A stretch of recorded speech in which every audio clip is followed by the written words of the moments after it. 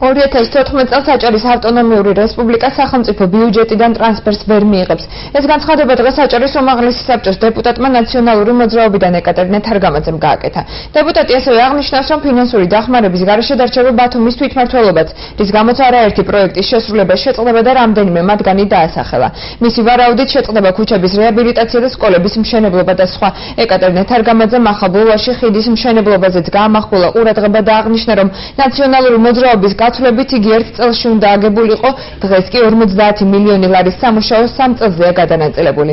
იგი ასევე აცხადებს, რომ სახელმწიფოში ვერ სრულდება შემოსავლების ნაწილი, რის გამოც ქვეყანა 400 მილიონი ლარის ოდენობით ფასიანი ქაღალდის გამოცემით შიდა ვალის აღებავს გეგმავს, რაც ბიუჯეტს კიდევ უფრო დააზარალებს. თემაზე უფრო ცალ ჩვენს მთავარ გამოშვებაში ვისაუბრებთ. საქართველოს 2014 წლის სახელმწიფო ბიუჯეტის პროექტის მიხედვით აჭარის ავტონომიური რესპუბლიკას ტრანსფერი არ გადაეცემა.